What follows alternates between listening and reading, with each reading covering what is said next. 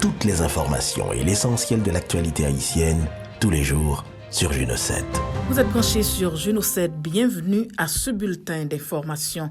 Le Premier ministre Ariel Henry prône un renouvellement d'engagement dans la lutte contre le sida. À l'occasion de la commémoration de la Journée mondiale de la lutte contre le sida, le 1er décembre, le Premier ministre Ariel Henry a préconisé un renouvellement de l'engagement dans la lutte contre cette maladie. Le chef du gouvernement a participé aux manifestations relatives à la Journée mondiale de lutte contre le sida. Ariel Henry en a profité pour témoigner sa solidarité aux personnes séropositives et a renouvelé son engagement au renforcement du système de santé haïtien selon les informations communiquées par la primature. L'ambassadeur Sébastien Carrière déplore l'assassinat de Rigaud Arrington et la stagnation du dialogue politique. L'ambassadeur du Canada en Haïti, Sébastien Carrière, a réagi à l'assassinat du commissaire divisionnaire Rigaud Arrington. Tout en déplorant cet assassinat et l'insécurité qui sévit dans le pays, le diplomate a critiqué le fait que les négociations politiques entre les protagonistes de la crise haïtienne n'avancent pas. Le commissaire divisionnaire Rigaud était un partenaire, un ami, un frère. Le Canada offre ses plus sincères condoléances à sa famille et à la PNH. Haïti et Taïwan signent une convention de partenariat pour lutter contre le choléra.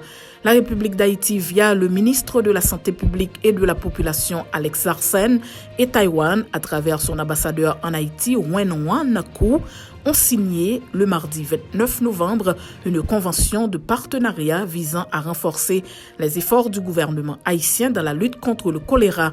Cette convention de partenariat permettra de faire l'acquisition de kits sanitaires et mobiliser des ressources nécessaires aux institutions départementales du ministère de la Santé publique pour le démarrage urgent du projet selon les informations communiquées par l'ambassade de Taïwan en Haïti sur Facebook. 815 camions-citernes sont chargés au terminal Vareux en 11 jours. Depuis le déblocage du site par la PNH, le terminal Vareux poursuit la distribution des produits pétroliers pour les 11 derniers jours, soit du 21 novembre au 1er décembre. 815 camions-citernes ont été chargés au centre de stockage pétrolier de Wineco, d'après les chiffres communiqués par le terminal sur son compte Twitter.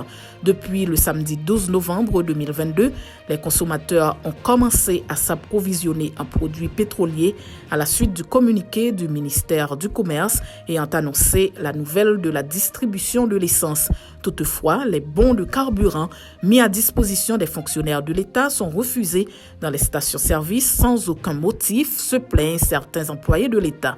Ceux qui souhaitent s'approvisionner en carburant doivent avoir du cash.